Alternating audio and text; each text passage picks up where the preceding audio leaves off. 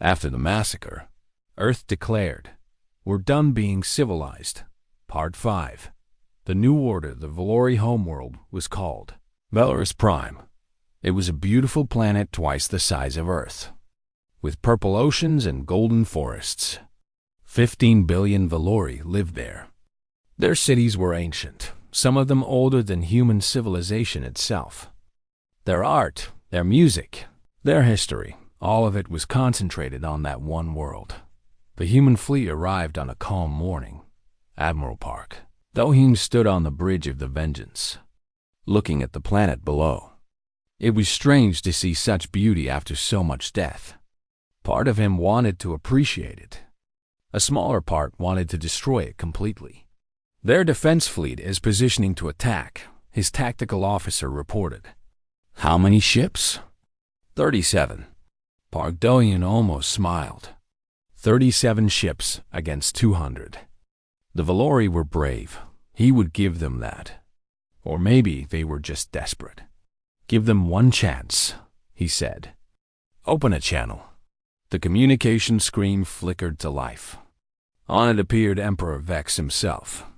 He was a large creature, covered in gray scales, with 4 arms and eyes that burned with hate. Humans, Vex said, you have come far, but this is our home. We will fight to the last warrior. Park Do-hyun looked at him calmly. You have 1 hour to surrender unconditionally. If you do not, we will destroy your fleet and begin bombardment of your planet. You would not dare. There are 15 billion people on this world. There were 12 million on Kepler 7. Park Do-hyun's voice was like ice.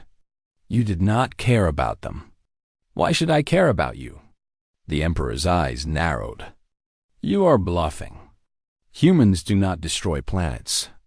You are soft, weak, civilized. We were civilized. You ended that. The channel closed.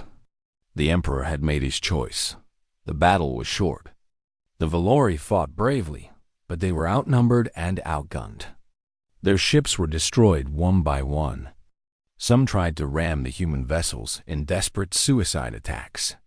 Others tried to flee. None escaped.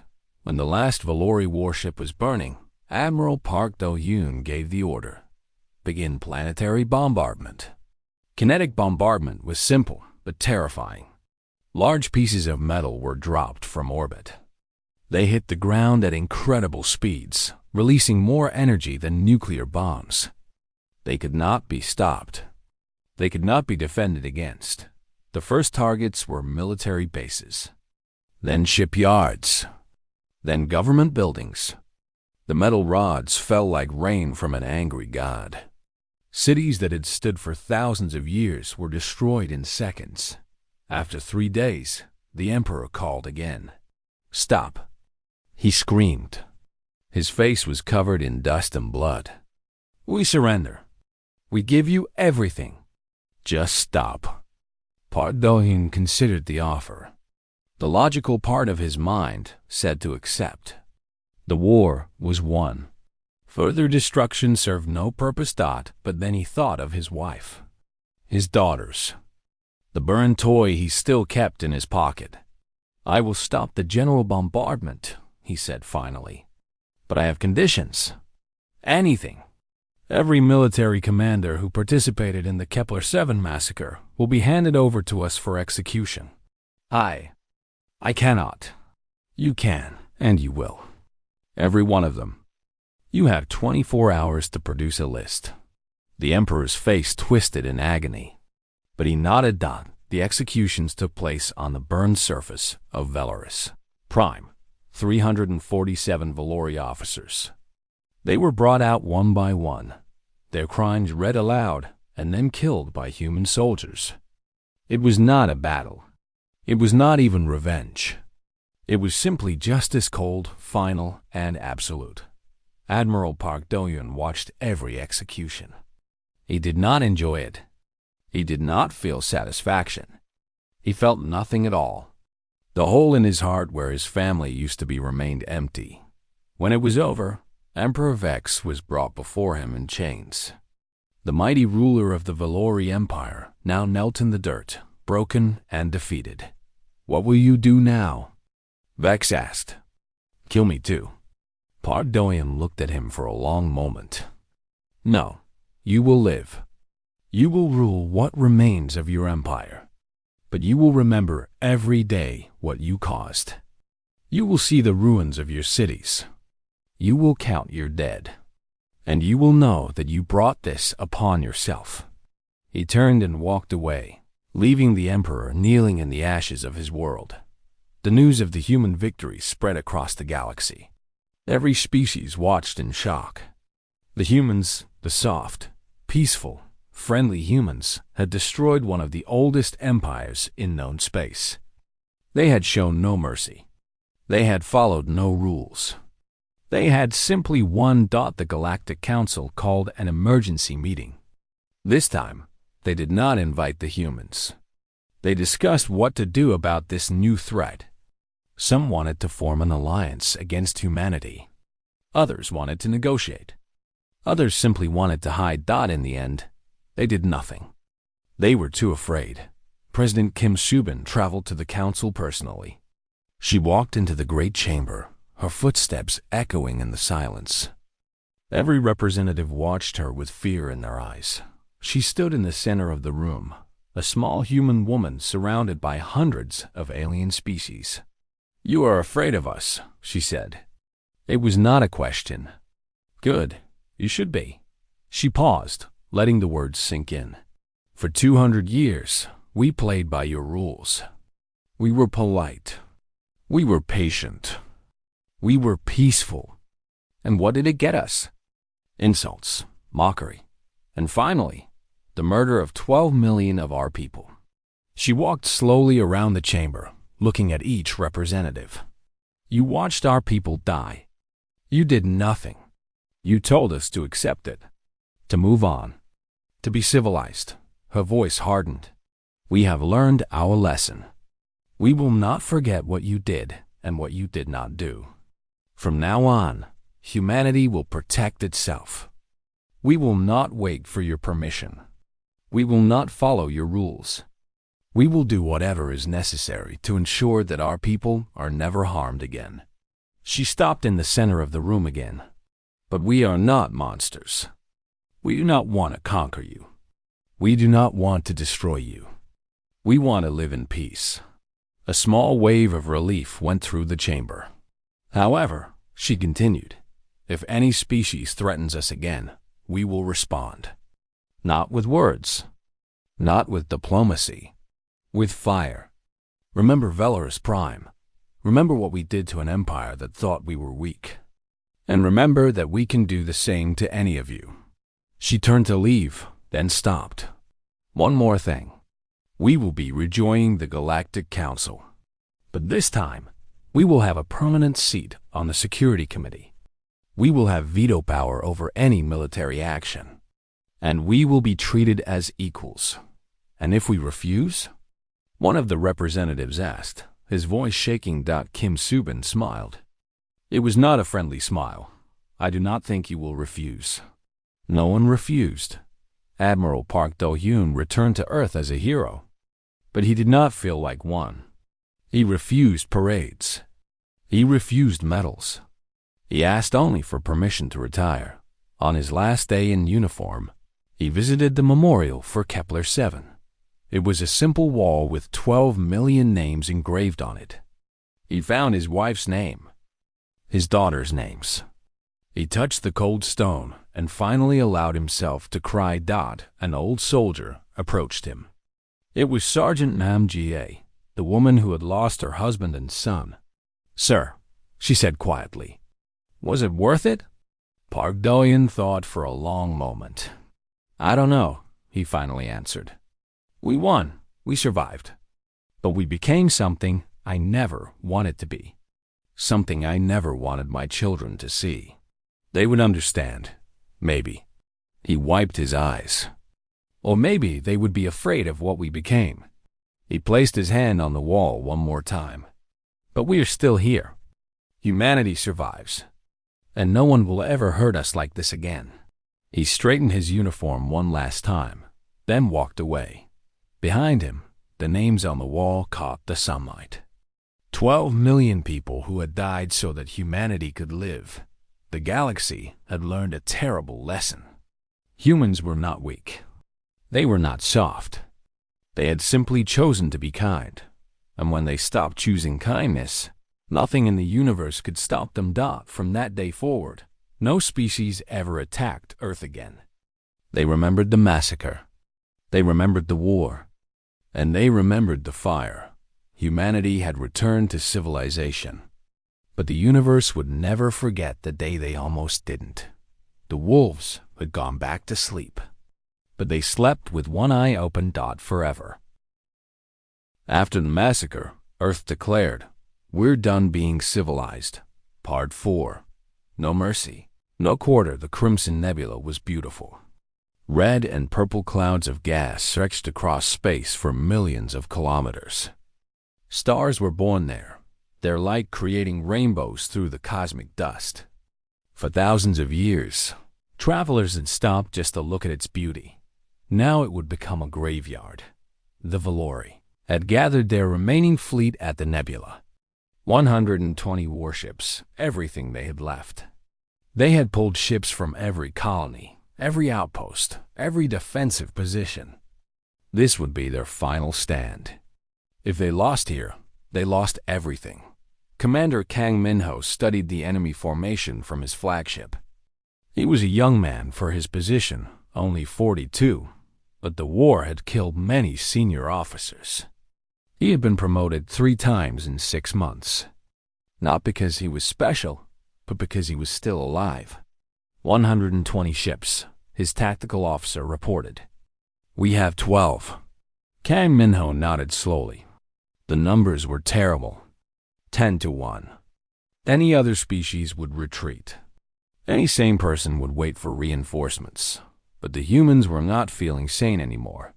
"Signal all ships," he said. "Today, we end this."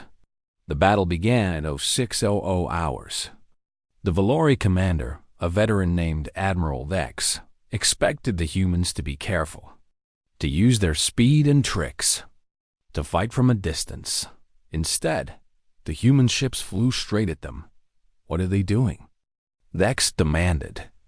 "This is suicide." It looked like suicide. The human ships were small compared to the Valori vessels. They should have been destroyed in seconds. But they were not. The human ships moved in patterns that made no sense to Valori computers. They dodged and weaved, spinning through space in ways that seemed impossible. Their weapons fired constantly, hitting weak points that no one should have known about. How are they doing this? Vex screamed. He did not know about the neural enhancements. He did not know that human pilots could now think faster than any computer. He did not know that their brains and their ships had become one. Pilot Osujin flew her cruiser, the Bright Star, through the chaos. She was 26 years old and had been flying since she was 12. The neural enhancement had made her even better. She could feel her ship like it was her own body. Every gun, every engine, every sensor was part of her. "Enemy battleship, Sector 7. Her computer reported that she saw it. A massive Valori command ship, 3 kilometers long. Its weapons were destroying everything around it. "I'm going in," she said. "That ship is too large. We cannot destroy it." "Yes, we can." Her wingman, Lieutenant Park Taeyang, flew beside her. "What's the plan?" "We go inside." "Inside? The ship?" "Yes. The engine core is in the center. If we can reach it." Park Taeyang understood. "We won't survive." "No, we won't." She was calm. She had made peace with death weeks ago. "But that ship will die, and thousands of humans will live. Then let's do it." They flew toward the battleship. The Valori guns tried to stop them, but they were too fast, too unpredictable. They found a damaged section of the hull hole created by earlier fighting and flew inside. The interior of the ship was a maze of corridors and chambers. They had only seconds before the Valori would close off the route. Oh, Sujin flew faster than she had ever flown before. Her mind was perfectly clear. She thought about her parents back on Earth. She thought about her little sister who had been killed on Kepler 7. She thought about all the children who grow up safe because of what she was about to do. I see it, she said. The engine core. 10 seconds. I'm with you, Park Tae-young replied. They flew together, side by side, into the heart of the enemy ship. The engine core glowed bright blue, pulsing with enough energy to power a city. For Earth, Oh Sujin whispered. Both ships crashed into the core at the same moment. The explosion was visible from every ship in the battle. The Valori battleship broke apart from the inside, a flower of fire blooming in space. The blast destroyed 3 other Valori ships that were too close. On the human flagship, Commander Kang Minho watched the explosion. He said nothing for a long moment. Then he spoke. Remember their names. Oh Sujin, Park Tae-young, heroes. The battle continued, but the destruction of the battleship had broken the Valori spirit. Their formation fell apart. Ships began to flee in random directions. The humans chased them down one by one. By the end of the day, only 7 Valori ships remained. They had stopped fighting. They were drifting in space, their weapons silent. A transmission came from the lead Valori ship. A surrender request. We give up, the Valori captain said. His voice was tired and broken. We surrender. Please. Please stop. Sergeant Nam Jie was on one of the boarding teams sent to capture the survivors. She was a small woman, but her eyes were hard. She had lost her husband and son on Kepler 7. She had volunteered for the most dangerous missions, hoping to either get revenge or die trying. She walked through the surrendered Valori ship. The aliens knelt on the ground, their hands on their heads. They looked pathetic, weak, afraid. One of them, an officer, looked up at her. We surrender, he said. According to galactic law, you must take us prisoner. You must treat us humanely. Nam Jie stopped in front of him. She looked at his uniform. He was a senior officer. He had probably given orders during the Kepler 7 attack. Galactic law, she repeated softly. Did you follow galactic law on Kepler 7? That was different. Different how? Were our children not worthy of galactic law? Were our families not worthy of humanity? Her voice was still quiet, but it cut like a knife. My son was 3 years old. He liked dinosaurs. He laughed at everything. He had just learned to write his name. The Valori officer said nothing. You did not accept surrender from our colonists, Nam Jie continued. Why should we be different? She raised her weapon. The officer's eyes went wide. Wait. This is murder. This is against all the rules. We don't follow the rules anymore. She fired. Across the fleet, similar scenes played out. Some humans took prisoners. Others did not. There was no official order either way. Each soldier made their own choice. And many of them chose revenge. Admiral Park Do-hyun received reports throughout the day. The battle was won. The Valori fleet was destroyed. The path to their homeworld was open. He should have felt satisfied. Instead, he felt empty. Sir, his communications officer said, the Galactic Council is demanding we stop. They say what we're doing to the prisoners is a war crime. Park Do-hyun did not respond immediately. He looked out the window at the wreckage floating in space. Somewhere in that debris were the remains of Oh Sujin and Park Tae-young, young people who had given everything. War crimes, he finally said. When the Valori burned our children, the council called it an incident. When we fight back, they call it a crime. Tell them we are beyond their laws now. Tell them we will stop when the Valori are no longer a threat. and not before. The message was sent. The human fleet reformed and began moving toward the Valori homeworld. They left behind the wreckage of the battle-broken ships, floating bodies, and the memory of their fallen. There was no celebration, no cheering, just grim determination. The war was almost over, but the final chapter would be the darkest of all. Commander Kang Minho looked at the star map showing the Valori homeworld. "How long until we arrive?" 3 days, sir." 3 days. And then everything would be decided. "Prepare the kinetic bombardment systems," he ordered. His officers hesitated. "Sir, those weapons? If we use them, I know what they do." His voice was flat. "Prepare them anyway." The wolves had tasted blood, and they were not done yet. After the massacre, Earth declared, "We're done being civilized." Part 3. The hunt begins. The first Valori border station was called Outpost 17. It was small, just a few dozen soldiers and some scanning equipment. Its job was to watch for smugglers and report any unusual activity. The soldiers there had easy jobs. Nothing ever happened at the border until the human ships came. Captain Bai Jiang led the attack. She was one of the first soldiers to receive the neural enhancement surgery.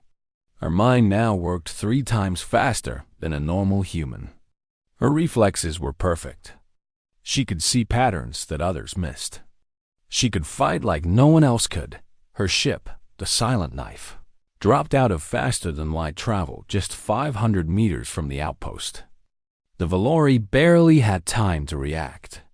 "All teams go," she said calmly. 30 soldiers in combat suits flew out of the ship.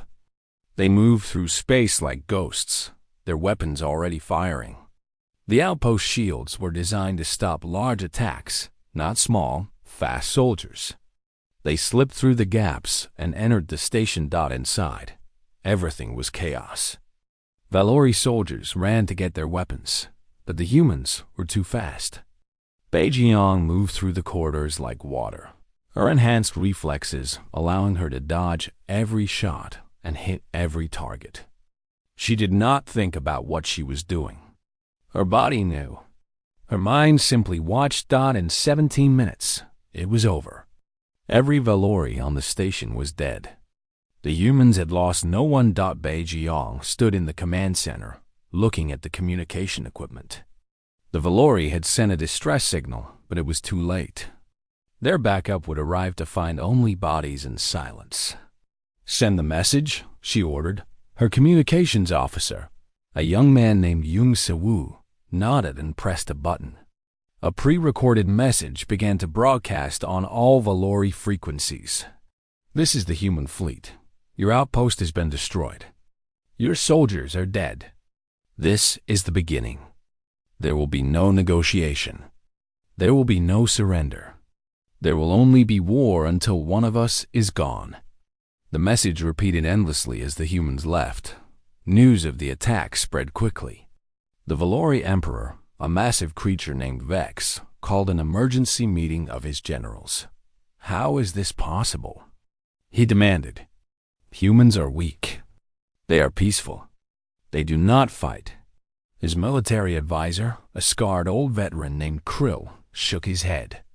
"They did not fight before because they did not need to. Now they do, and it seems they are better at it than we expected. One outpost means nothing. Send a fleet to crush them." A fleet of 20 Valori warships was sent to intercept the humans. They found them near an asteroid field, seemingly trapped. "They are fools," the Valori commander laughed. "They have nowhere to run." He ordered the attack. His ships moved forward, weapons charging. Then the asteroids exploded. The humans had spent days hiding mines inside the rocks. When the Valori ships came close, the mines detonated. 12 ships were destroyed instantly. The remaining 8 were damaged and confused. The human fleet came out of hiding. They did not fight like other species.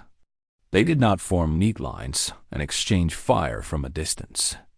They flew directly at the enemy, weaving between shots, getting so close that the Valori's larger weapons could not aim properly. Admiral Park Do-yoon watched from his flagship. His face showed no emotion. "The third wave is ready, sir," his tactical officer reported. "Send them." Small, unmanned ships launched from the fleet. They were called Wasps, tiny, fast, and loaded with explosives. They flew into the damaged Valori ships through the holes created by the mines. Inside, they detonated, destroying the vessels from within. In 30 minutes, the entire Valori fleet was gone.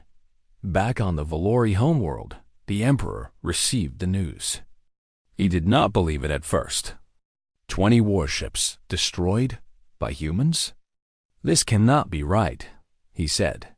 But it was. And it was only the beginning. Intelligence officer Wang Taiwu worked on the human flagship, listening to Valori communications. He was a quiet man with glasses and nervous habits. He had never been in combat before. But his job was important. He found out what the enemy was thinking. "They are calling us the mad species," he reported to the admiral. "They say we fight without logic, without reason. They do not understand why we do not negotiate." Park Do-yoon nodded slowly. "Good. Let them wonder. Let them fear. Sir, the other galactic species are watching. The Council has called another emergency meeting." "What are they saying?" Wang Taiwu looked at his screens. "Most of them are scared. They expected us to lose quickly. Now, they are not sure what will happen. They should be scared. When we are done with the Valori, they will know what happens to those who stand against us." The Galactic Council sent a representative to speak with the humans. Ambassador Shin Yoonji received him aboard the flagship. She was a tall woman with cold eyes and a sharp tongue. She had been a lawyer before becoming a diplomat. She knew how to fight with words. The representative was from a species called the Drothian Thin, gray-skinned creatures who prided themselves on being neutral. "The Council demands that you stop your attacks," the Drothian said. "This war threatens the stability of the entire galaxy." Shin Yoonji laughed. It was not a friendly sound. "You demand? The same council that watched our people die? The same council that offered us nothing but condolences and committees? The past cannot be changed. But the future is ours to decide." Shin Yoonji stepped closer to the alien. "You had your chance to help. You chose to do nothing. Now you come to us with demands? You tell us to stop? If you continue this path, you will become a threat to everyone." "Good." She smiled, but it was a cold smile. "You should have thought about that before you let our children burn. Now, go back to your council. Tell them we are not interested in their words. Tell them to stay out of our way. Because if any species helps the Valori, we will treat them as enemies too." The Drothian left quickly. His hands were shaking. On the ground of a captured Valori colony, Choi Yerim led a squad of enhanced soldiers. The neural enhancements had changed her. She was faster, stronger, and saw the world differently now. Combat was like a dance to her, beautiful in its own terrible way. "3 hostiles, building on the left," she said. Her enhanced eyes could see through walls using heat detection. Her team moved silently. They entered the building, cleared it in seconds, and moved on. The Valori soldiers never saw them coming. Choi Yerim found a Valori civilian hiding in a basement. It was female, holding 2 small children. They looked at her with terror in their eyes. For a moment, she hesitated. These were not soldiers. They were just a mother and children, like her own mother had been. But then she remembered. The Valori had not cared about human mothers and children. They had burned them all without mercy. She turned and walked away. She did not hurt them, but she did not help them either. Let them live with the fear. Let them understand what it felt like. "Area clear," she reported. Moving to next target. The hunt continued. Every day, The humans took more territory. Every day, more Valori died. And every day, the galaxy watched in growing horror. They had thought humans were soft, weak, easy to control. They were wrong. Humans were not soft. They had simply chosen to be gentle. And now, they were choosing something different. The Valori Empire had awakened a monster. And that monster was just getting started. After the massacre, Earth declared, "We're done being civilized." Part 2. The wolves awakened. The factories of Earth had been quiet for 50 years. After humanity joined the Galactic Council, there was no need for weapons of war. The old military bases became museums. The battleship yards became tourist attractions. Children learned about war only in history books. It was something their ancestors did, not them. All of that changed in one night. General Lee Junha stood in front of a massive metal door deep underground. He was 60 years old, with a face like carved stone. He had been a soldier his entire life, but he had never fought a real war. He had trained for one. He had prepared for one. He had prayed it would never come. Now it was here. "Open it," he ordered. The door had not been opened in decades. It required 3 keys, held by 3 different people. The locks were mechanical, not electronic, so they could not be hacked. Behind the door was something humanity had promised never to use. The door opened with a deep groan. Cold air rushed out, carrying the smell of metal and oil. Inside was a room the size of a sports stadium. And inside that room were the weapons of old Earth, Project Blackout. When humanity first developed faster-than-light travel, they also developed weapons that could destroy planets. Bombs that could crack a world in half. Viruses that could kill entire species. Machines that could eat through any material. They built these things because humans always prepared for the worst. But when they met other species, they locked these weapons away. They wanted to be trusted. They wanted to be liked. General Lee Junha walked through the rows of sealed containers. Each one held something terrible. He stopped in front of one marked Kinetic Bombardment System. "Start with this one," he said. "Load it onto every available ship."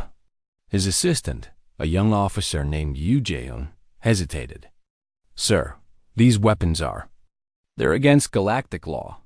If we use them, galactic law?" The general laughed, but there was no humor in it. "The Valori killed 12 million of our people, and the galaxy did nothing. Their law means nothing to us now." The factories came back to life. Machines that had been sleeping for decades woke up. Workers came in by the thousands. Some were soldiers who had been waiting for this day. Others were civilians who wanted revenge. They worked side by side, day and night, building weapons that the galaxy had never seen. In a secret laboratory on the moon, Dr. Kang Minji led a team of scientists. She was young, only 35, but she was the best biologist on Earth. Her specialty was genetic modification. For years, she had used her skills to cure diseases and improve crops. Now she was using them for something else. "The Valori breathe nitrogen-heavy air," she explained to her team. "Their blood carries oxygen differently than ours. This virus will target their respiratory system specifically. It will not affect humans or any other species." One of her colleagues, a man named Han Dongwu, looked uncomfortable.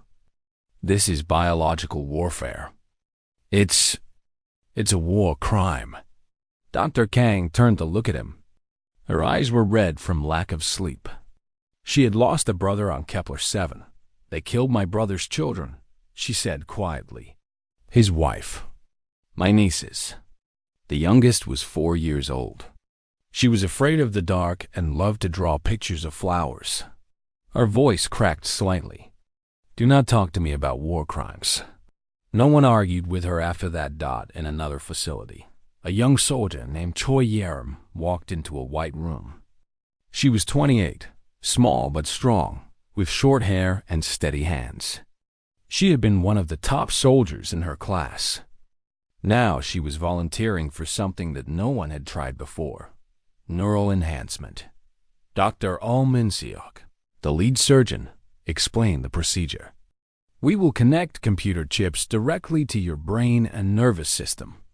You will think faster, react faster. Your body will be able to do things normal humans cannot do. But the surgery is dangerous. The recovery is painful. And we do not know all the side effects. Choi Yaram nodded. Will I be able to fight better? You will be able to fight like 10 soldiers. Then do it. She lay down on the table. The last thing she saw before the drugs put her to sleep was the face of her mother on a photograph. Her mother had died on Kepler-7 visiting friends. She had been a kind woman who loved gardening and cooking. Now her daughter would become a weapon. President Kim Soo-bin watched all of this from her office.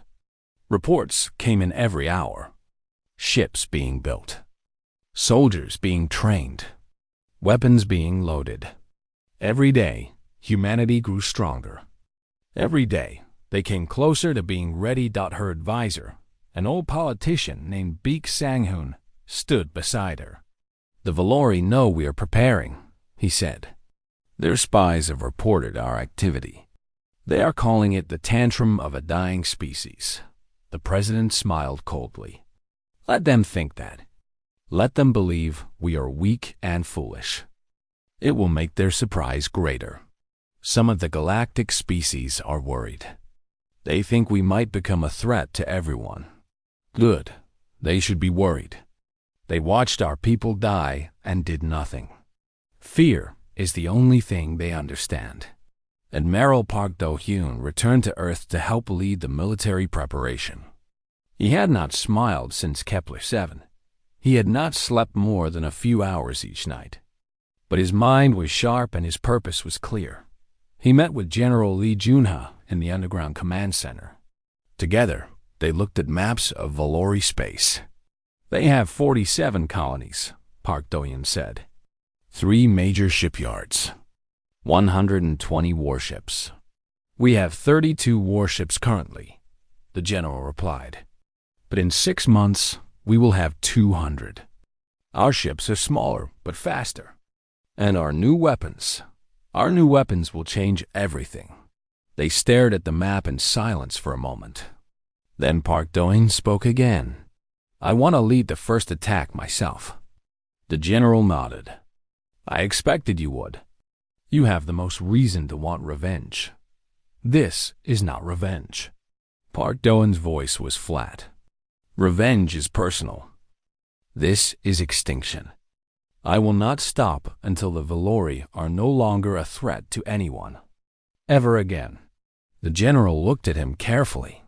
You understand what you are saying. We are not just talking about defeating them. We are talking about destroying them completely.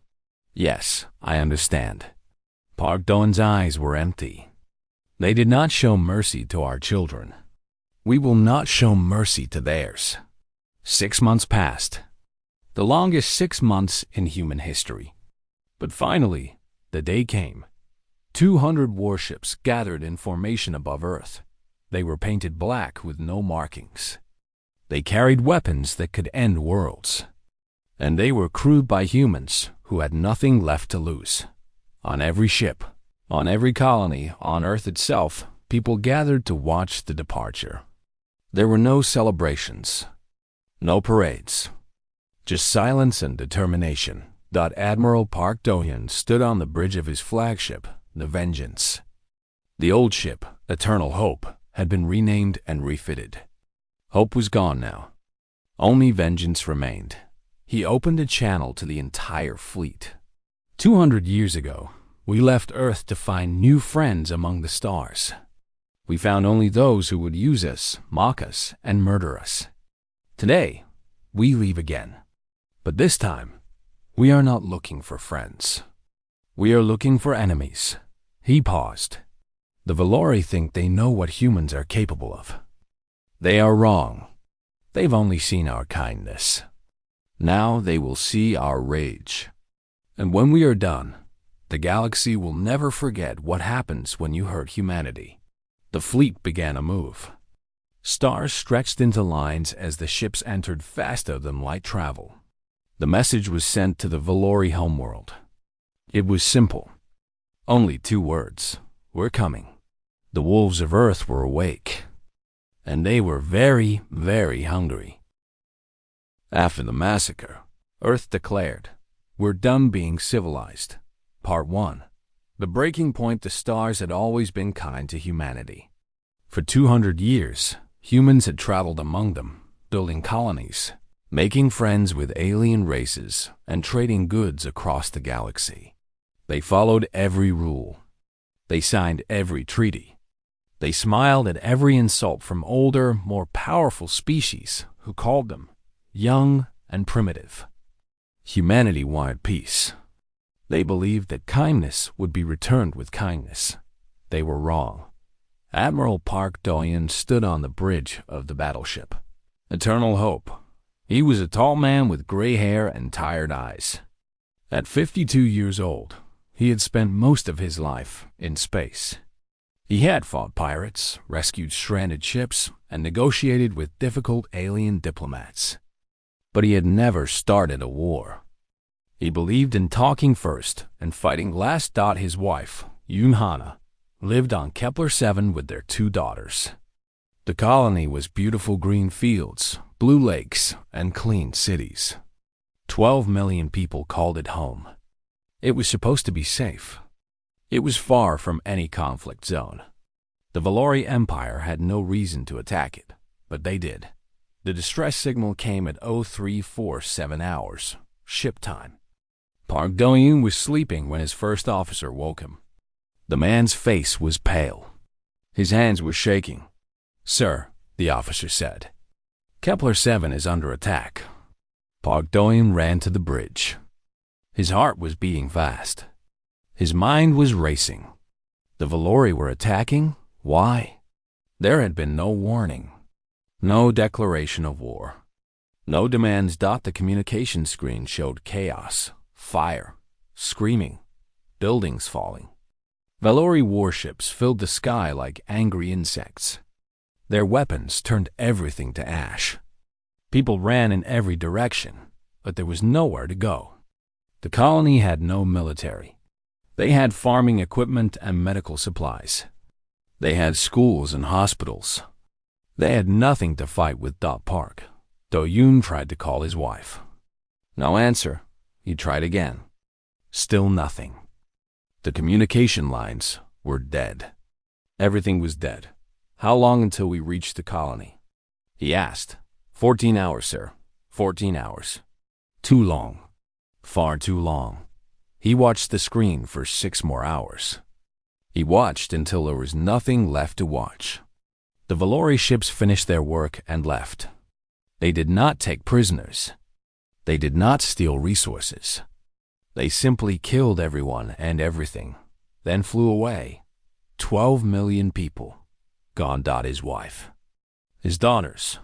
Gone. Park Do-yeon did not cry. He did not scream. He simply stood there, staring at the empty screen, feeling something cold grow inside his chest. It was not sadness. It was not even anger. It was something deeper, something darker. When the Eternal Hope finally reached Kepler-7, there was nothing but ash and silence.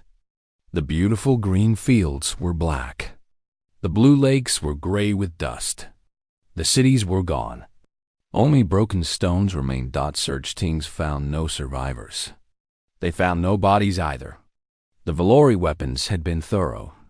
Everything organic had been destroyed.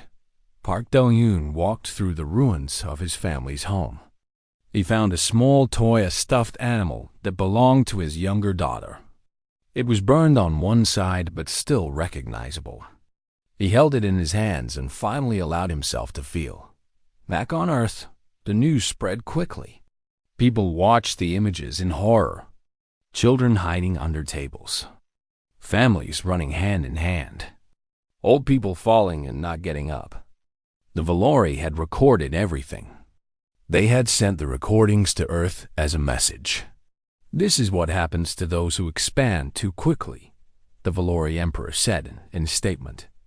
"Humanity should learn its place." The Galactic Council held an emergency meeting. Representatives from 50 species gathered to discuss the massacre. Earth's ambassador, an old man named Cho Byung-hee, stood before them and demanded justice. 12 million innocent people were murdered, he said. "We demand that the Council take action against the Valori Empire." The Council members looked at each other. They whispered. They calculated. The Valori Empire was powerful. They had ships. They had weapons. They had been part of galactic politics for thousands of years. Humanity was new. Humanity was weak. Humanity was not worth starting a war over.